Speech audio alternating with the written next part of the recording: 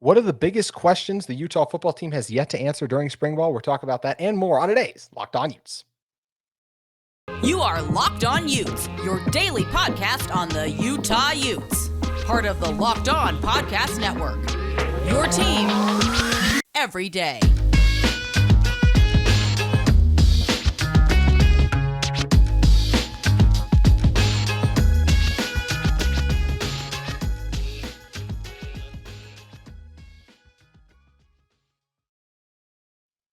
Hello, everyone, and thank you for making Locked On Utes your first listen every single day. We are available on all platforms, including YouTube. Today's episode is brought to you by FanDuel Sportsbook, the official sportsbook of Locked On. Make every moment more. Visit FanDuel.com/Locked On today to get started. My name is JT Wistrcill, former intern inside the University of Utah Athletic Department. And on today's show, we'll be talking about the state of the Utah offensive line, also a little fun Utah versus BYU thing at the very end of the show. But first, we got to start with the biggest questions yet to be answered during spring ball.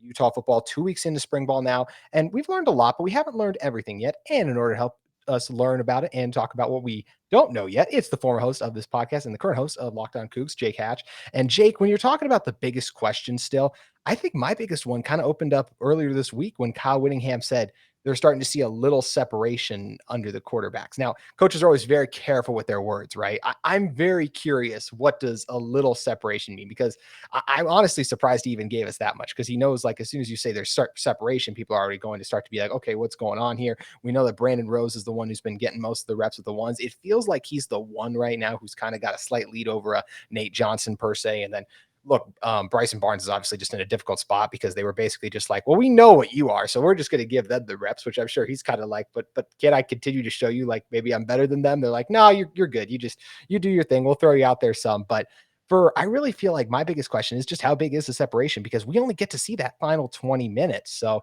look, and Brandon has looked good both times we've seen him, but it's still only a small sample size. So I really do wonder how big that separation is. Well, okay, and that's a very good point you make there, JT. And the biggest thing I think is that Kyle Whittingham, he's very measured when he makes comments like that.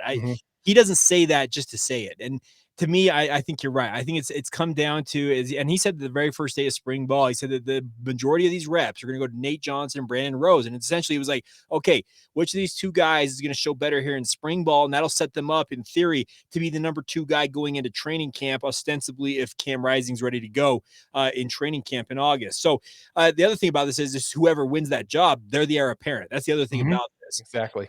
The one thing about Brandon Rose that I think he has the edge on Nate Johnson is the fact that he's a more accurate quarterback. And that is something that Andy Ludwig is going to demand of his quarterbacks. He has demanded it in all of his previous runs he's had at various stations as an offensive coordinator. He wants guys who are accurate. And I think Brandon Rose has got more accuracy at this point. It's not to say that Nate Johnson can't improve on that, but I think Brandon Rose is the better prospect right now. It definitely seems that way. And you're right. That's what makes, like, last year's quarterback battle, it was so clearly just a backup quarterback battle for the time being between Jaquindon Jackson and Bryson Barnes. And it wasn't even decided. They said they would like to have, I know Coach Witt said he would like to have decided. This is still, there's going to be a leader in the pack. Still don't believe it'll be decided until fall camp is underway like that, because things are always subject to change. We still don't know what's going on with Cam Rising and his health, of course. We assume he's still on timeline, but he's still very much questionable for that first game too. So it does make the quarterback battle very interesting. And, outside of the quarterbacks, Jake, I think there's small questions overall, but it does feel like we've seen the offensive line. We're going to hit on the second segment. It feels like we know who the 5 there should be. We know right now that Justin Medlock has kind of filled in the extra linebacker spot right there when Leavani Demouni comes on. We'll see how it works out there. The 3 receivers for this Utah team as of right now do seem to be obviously Devon Bailey, who's in both media availabilities has looked outstanding, is kind of like the one established guy that's still really going on the outside in spring ball.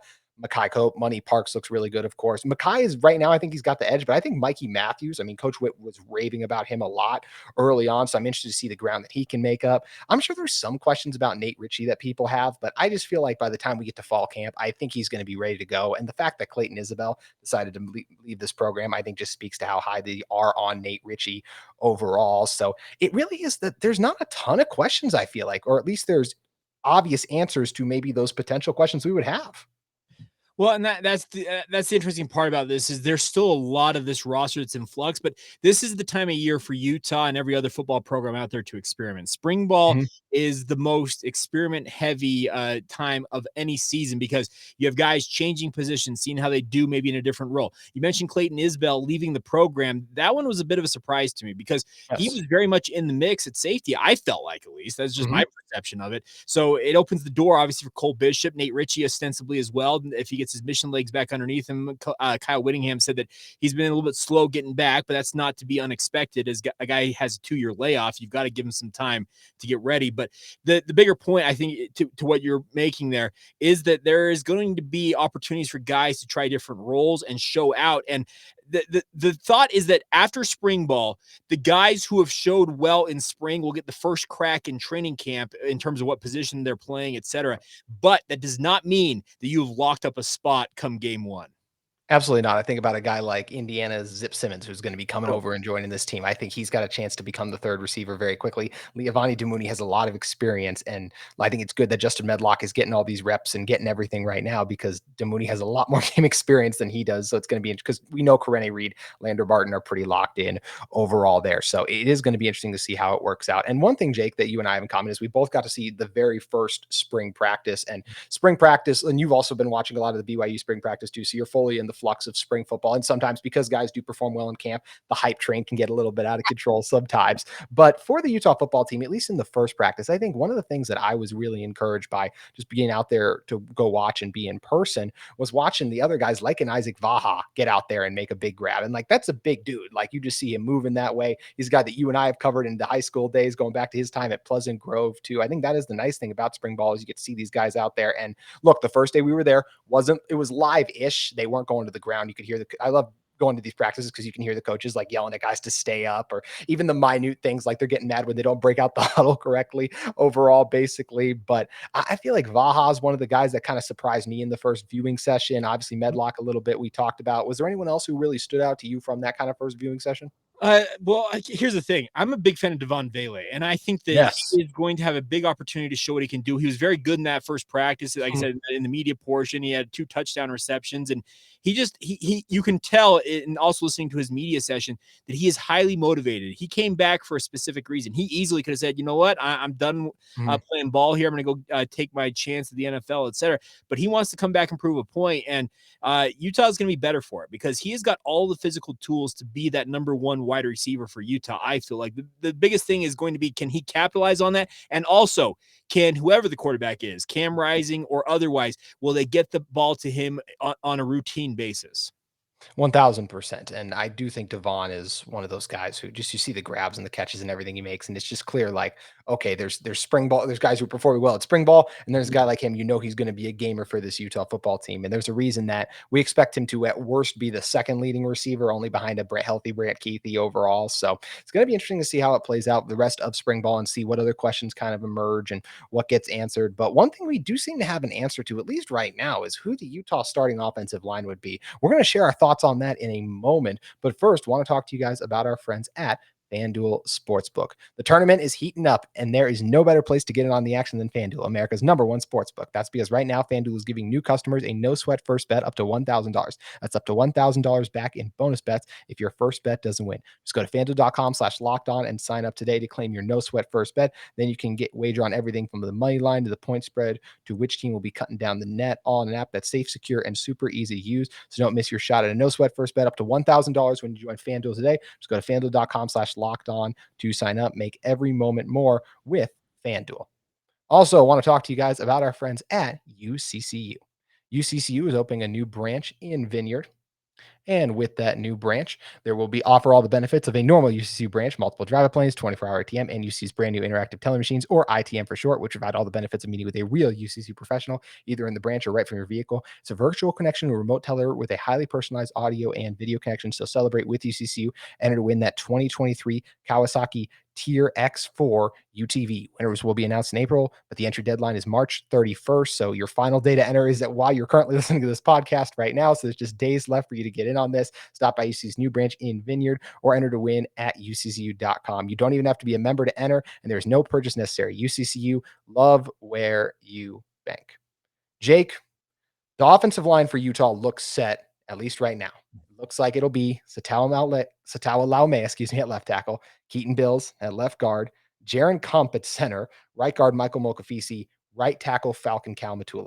My biggest question coming into spring ball was filling the left tackle spot because, look, last year Braden was outstanding at right tackle. I just felt like that was an easy transition, and I know Satawa was first team All Pac-12 at right tackle, but I did think he had his struggles in pass protection, and I am a little concerned about how he's going to hold up against the Pac-12's top pass rushers, seeing it is just his second year at the tackle spot.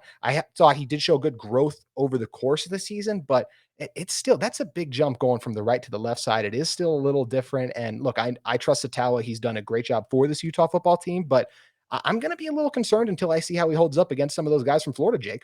Well, and that's the whole thing about football in general is you really don't know until you actually see them out there. And once the bullets are quote unquote live, that's when you truly will know. But you're right, Sataoa, he's got all the physical tools you'd think to make the transition to left tackle. And the one thing I will always give credit to Jim Harding is that he always seems to have an answer for whatever is coming at him as an offensive line coach. He's been very, very good for a long time for this Utah program. And if he truly believes those are his five guys along that offensive front, I'm going to trust him. I think all five of them have talent up and down their whatever you want to call it, their skill sheet, if you want to use that terminology.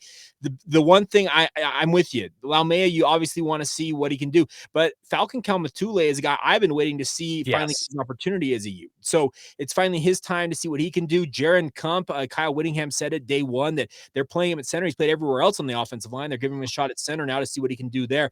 He's a highly thought of offensive lineman. The coaches absolutely love him from what I understand. So I, for one, I'm gonna do what I do with most of these things when it comes to like Utah's defense, etc. I'm gonna say I trust Jim Harding to get it right.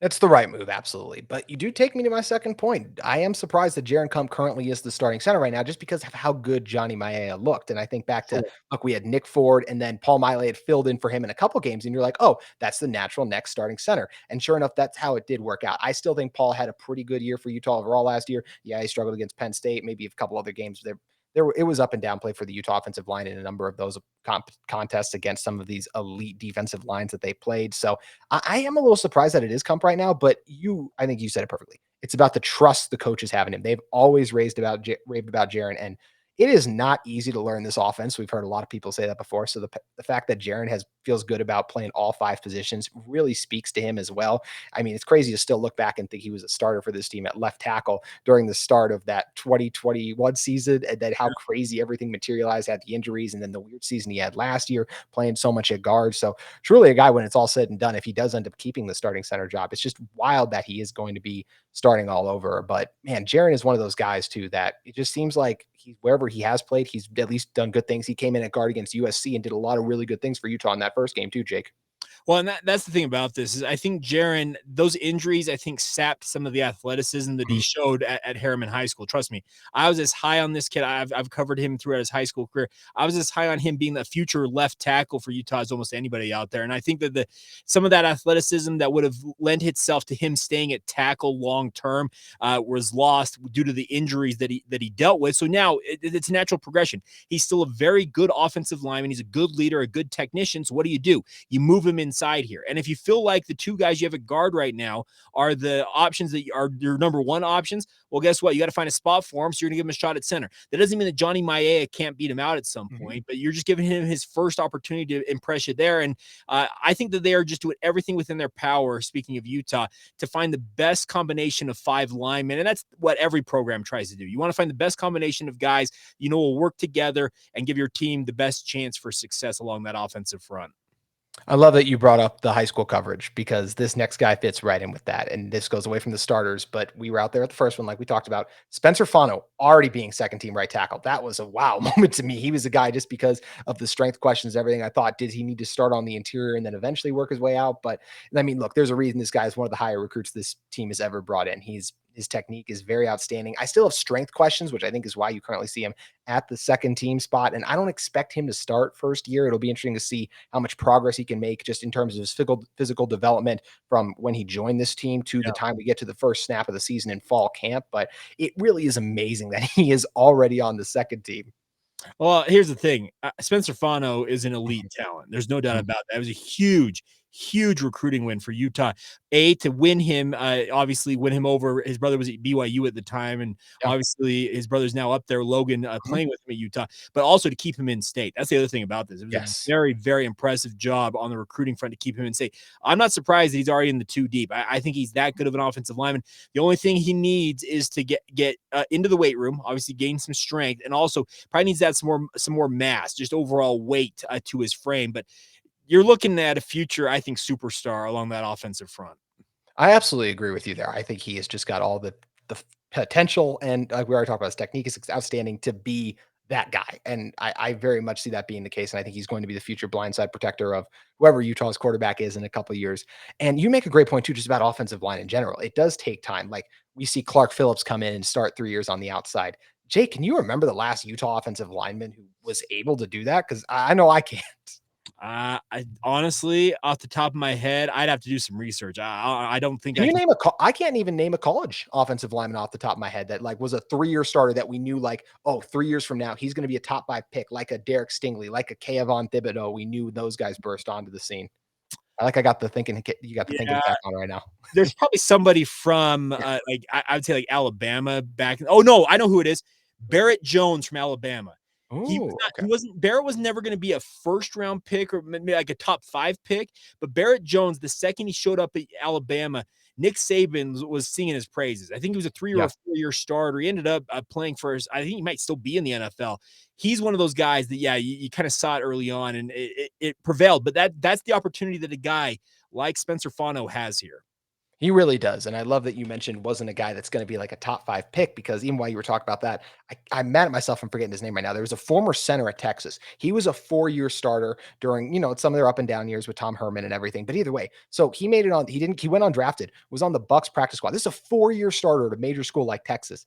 He didn't even make their final roster. That just goes to show you the difference between like the NFL and college as well. So it truly is amazing some of the differences in anything. But the main point of this whole conversation to me is in Jim Harding we trust. As you hit on, he always gets it done up front. This offensive line always comes together and plays some of their best football at the right time, like they have in the Pac-12 championship the last couple of years. So definitely got to trust him there. We are going to come back in a second and talk about Utah versus BYU if there was a little bit of a twist on the spring game. But first, I want to talk to you guys about our friends at Built Bar. Looking for a delicious treat but don't want all the fat and calories? Then you got to try a Built Bar. I'm still trying to keep up with my New Year's resolution, so I've decided to go with Built Bars a lot because they're healthy and actually tasty. Seriously, they're so delicious you won't think they're good for you. Perfect for your New Year's resolution. What makes Built Bars so good? Well, for starters, they're all covered in 100% real chocolate. That's right, real chocolate, and they come in unbelievably great flavors like churro, peanut butter brownie, and coconut almond. I'm not sure how Built does it, but these bars taste like a candy bar while maintaining amazing macros. And what's even better is they are healthy, only 130 calories and 4 grams of sugar with a whopping 17 grams of protein.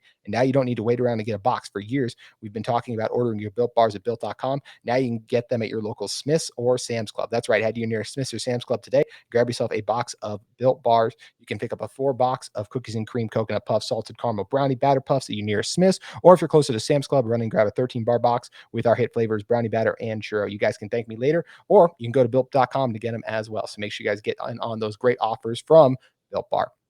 Jake, BYU spring ball has been going on for a little bit longer than Utah spring football at the moment there. And, it's one of those things, whatever your rivals got going on, you're always checking in and you're curious to see how they're doing. What are your thoughts on the Cougars spring ball so far? They're similar to Utah, a lot of experimentation. BYU will actually, so today, the Friday edition of this podcast, they're actually having their annual spring game. And Oh, is it going to be an actual spring game? I highly doubt that. The weather's supposed to move in. They'll also have their second annual alumni game, which they're actually bringing former Cougars back to play flag football. It's a fun event for the fans. That's what it's all about. The biggest thing for BYU right now is it's been a big transition with Jay Hill moving in as their defensive coordinator. There's a renewed energy inside the facility at BYU with Jay Hill running things. Any Utah fan watching and or listening to this will know exactly what I'm talking about. Jay is just one of those effervescent personalities who he is just so involved and so I don't know. He's so engaged, I guess is the biggest thing in terms of his want to building a program. I think it's going to pay dividends for BYU. It may take him a year or so yeah. to truly get up to speed, but I think there are good things happening in Provo. Definitely feels like it. And you mentioned the spring game. Obviously, BYU has their spring game then. Utah will have their spring game later in the month. But I thought it'd be fun to think about in some alternate reality if spring games were played a little bit different. If you played your rival in your spring game, how would that turn out? And in order to do that for this exercise, let's look at it from Utah. If they were to play BYU in the spring game, I'll start with it from the Utah perspective. Jake, I do want to hear if you disagree with me on this. I think if they played the spring game, and let's say it did matter for something, I don't know, maybe it's just bragging rights, but maybe both sides like tried their hardest. I think Bryson Barnes would start the spring game if it was a couple weeks away. Do you agree with that? I would say I actually think Brandon Rose would start. You do think you think Brandon? I think so. I think that Utah is so intent on getting a true look. They know what they have in Bryson Barnes. That's the thing about this. It's nothing against that young man. Something the pig farmer. He's got all that stuff going for him. They know what he is at this point. They want to know truly what Nate Johnson and Brandon Rose in particular are. I actually think if they were to play a game against BYU, I think they may play one half each, honestly. Yeah, I think that would make a lot of sense. And the only reason I went with Bryson is if it was like let's say, I haven't figured out this far in my imaginary scenario how to make it a must-win game. But if it was, maybe they trust Bryson. But you make a great point talking about Brandon and Nate getting a great look at him in game like that. So obviously Utah would be without Brant Keithy, but you still have Devon Bailey on the outside. So still some decent receivers if you're Utah. I think you still feel good about the guys in the front seven, although no Van Fillinger. So that part of it makes it a little nervous. Don't forget about the Yas man over there. Come on now, Thomas Yasman. Yeah, Thomas should be in for a huge year too. That is a great point made by you. I think he's in for a really good year too. The safety room would probably be the biggest concern right now, just because Nate Ritchie wouldn't play. So like if Sione Vaki or Cole Bishop got dinged up at all, I think that could be really interesting to see. But I still feel like this Utah football team would be in a good place if they were to go into this spring game. How do you feel like BYU would fare in this scenario? I would be concerned about BYU just because they're currently in the transition of getting a new defense installed. Now, the defense in practice, I've been out, like they're down. So tonight will be this afternoon, I guess, will be the 12th of their 15 practices. I have seen 6 periods. They give us about 20 minutes, like Utah does, as a media corps to go down to Provo and watch practice. The defense has made plays for BYU, but the issue is, I don't think they have fully installed all of the terminology, all of their overall philosophy for this defense. So I think it'd be very much a defense that was kind of playing more on instinct rather than overall just philosophy and scheme. So I'd be concerned about BYU's ability to hold up against Utah in the circumstance, just simply due to the transition going on in Provo.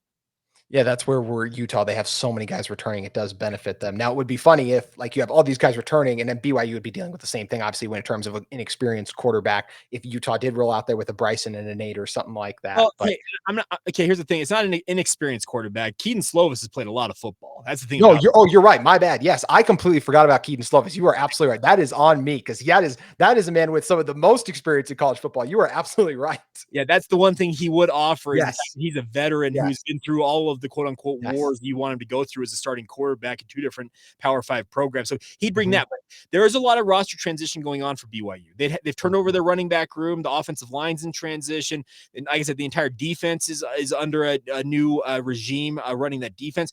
I'd just be concerned about the overall integrity and overall, just ability to be a cohesive unit if I was BYU. Yeah, we're obviously never going to get to see that scenario play out where Utah BYU play this spring, but it's fun to imagine. Let's try and get the NCAA on board, get some kind of waiver out there, get some NIL opportunities. It could be like some companies like, okay, whoever wins this gets a team-wide NIL deal. You want people to play? Yes. Give them money. Put money on the line. 1,000%. That would be a lot of fun to watch. And I may have forgotten that Keaton Slovis played for BYU, but the thing I have not forgotten, Jake, is that the last time you were on this podcast, you had one of the hottest takes I have ever seen in my entire life when you nailed how well Blake Freeland would do at the NFL Combine. I just want to peel back the curtain a little bit there. You literally said on this show you thought he could set records.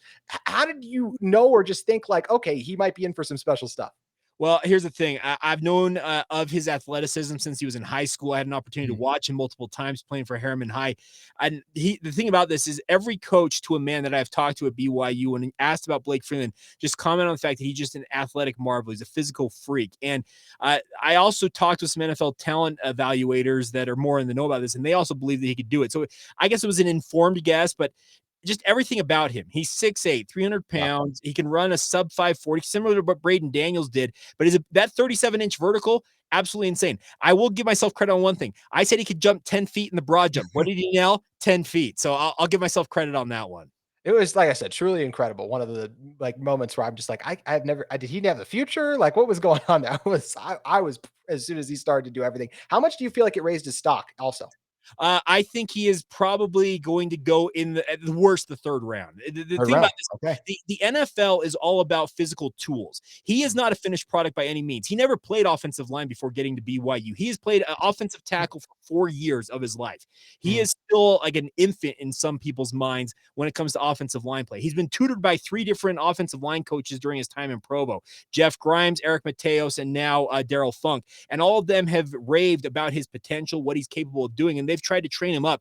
NFL teams love toolsy players. That's the term I like to use. They like those tools on guys.